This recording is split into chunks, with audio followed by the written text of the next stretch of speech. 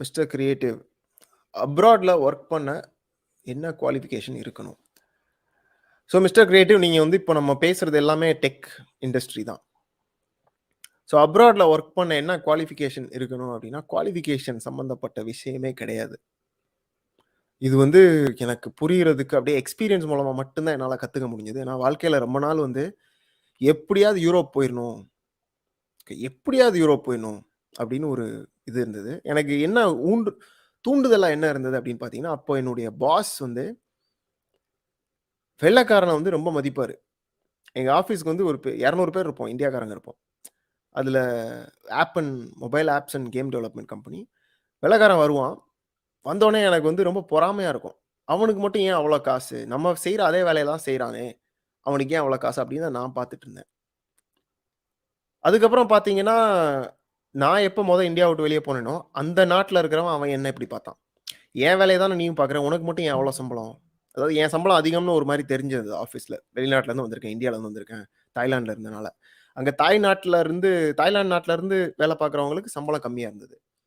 இப்ப நான் ஏன் என்ன சொல்ல வரேன்னா, ஃபர்ஸ்ட்டு வந்து குவாலிஃபிகேஷன் தான் வெளிநாட்டுக்கு போறதுக்கு பிரச்சனை அப்படின்னு நீங்க நம்பிட்டு இருந்தீங்கன்னா, அது வந்து அது உண்மையான்னு நீங்க உங்கள கேட்டுக்கணும். பல விஷயங்கள டிபெண்ட் பண்ணுது.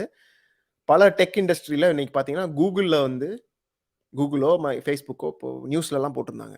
யுனிவர்சிட்டி டிகிரியே வேண்டாம் அப்படின்ற அளவுக்கு சொல்றாங்க. அவ்வளோ பெரிய கம்பெனில. இப்ப நீங்க வந்து அப்ராட்ல ஒர்க் பண்ண குவாலிஃபிகேஷன் இருக்கணும் அப்படின்னு நினைக்கிறதெல்லாம் வந்து, இது வந்து லீகல் சைட்ல பழைய காலத்துல இருந்த ரூல்ஸ்.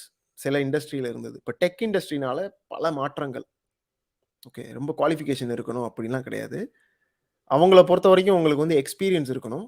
ஒரு பெரிய கம்பெனி ஸ்பான்சர் பண்ண ரெடியா இருந்தா, government will give a permission. அப்படிதான் இப்ப நடக்கிறது. எல்லா தாய்லாந்துல பார்த்தீங்கன்னா, பிஓஐன்னு ஒண்ணு இருக்கும். போர்ட் ஆஃப் இன்வெஸ்ட்மென்ட் அப்படின்னு ஒண்ணு கிரியேட் பண்ணி, டெக்னாலஜி கம்பெனிஸ வளர்க்கறதுக்குன்னே அப்படின்னே ஒரு தனி செக்டரே வச்சிருப்பாங்க. விசா என்ட்ரி போனப்போ, இந்த டைப் வேலை பார்த்தீங்க அப்படின்னா, உங்கள வந்து அந்த ஒரு ஏர்போர்ட்ல உள்ள போகும்போது, கியூவ கட் பண்ணிட்டு முன்னால போலாம். அந்த ஸ்பெஷல் ஸ்டேட்டஸ்லாம் குடுத்திருந்தாங்க. அது இருக்கிறதே எனக்கு தெரியாது அப்போ. ஆனா ஒரு முறை என்னுடைய பாஸோட சேர்ந்து பிலிப்பீன்ஸ் போனப்போ அவர் சொல்லிக் குடுத்தது. இதெல்லாம் நான் ஏன் சொல்ல வரேன் அப்படின்னா, அப்ராட்ல ஒர்க் பண்ண என்ன குவாலிஃபிகேஷன் இருக்கணும் அப்படின்ற கேள்விய நீங்க மாத்திட்டு, அப்ராட்ல ஒர்க் பண்றதுக்கு தேவையானது குவாலிஃபிகேஷன் கிடையாது. அப்ராட்ல ஒர்க் பண்றதுக்கு தேவையானது எக்ஸ்பீரியன்ஸ் மூலமா கிடைக்கிற விஸ்டம். ஓகே. என்ன மாதிரி எக்ஸ்பீரியன்ஸ் அப்படின்னு பார்த்தீங்கன்னா, கம்ப்யூட்டருக்கு வெளிய கிடைக்கிற எக்ஸ்பீரியன்ஸ். நீங்க என்ன பண்ணாலும் சரி, அத ஒரு ஆடியன்ஸ் மூலமா முன்னால போட்டு, ஒரு ஆடியன்ஸ் பில்ட் பண்றது எப்படி? இல்ல ஒரு ரியல் வேர்ல்ட் யூஸ் கேஸ்க்கு நீங்க எப்படி ப்ராப்ளம் சால்வ் பண்றீங்க? அப்படின்ற மாதிரியான விஷயங்கள் நீங்க செய்யும்போது, மட்டும் தான் உங்களுக்கு வந்து வெளிநாடு போறதுக்கான சான்ஸ் அதிகமாகும். ஓகே. 2வது, நீங்க உங்கள அதிகமா வந்து வெளிய போடணும். லைக் உங்களுக்கு வந்து சோசியல் பிரசன்ஸ் இருக்கணும். அப்பனா தான் வந்து மத்த நாட்ல இருக்கிறவங்க, மத்த ஹெச்ஆர் அவங்கலாம் வந்து இந்த மாரி ஒரு ஆள் இருக்கான் அப்படின்னே வந்து கண்டுபிடிப்பாங்க. நம்பர் 1. ஸோ அடுத்தது வந்து ஏதாவது ஒரு ஸ்பெஷலைஸ்ட் ஸ்கில் வந்து நல்லா டெவலப் பண்ணிக்கணும்.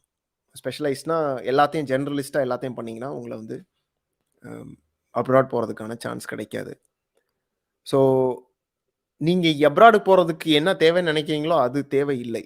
அது வந்து உங்க கேள்வியில இருந்தே எனக்கு தெரியுது. இத விட வந்து நானு இத பத்தி பேச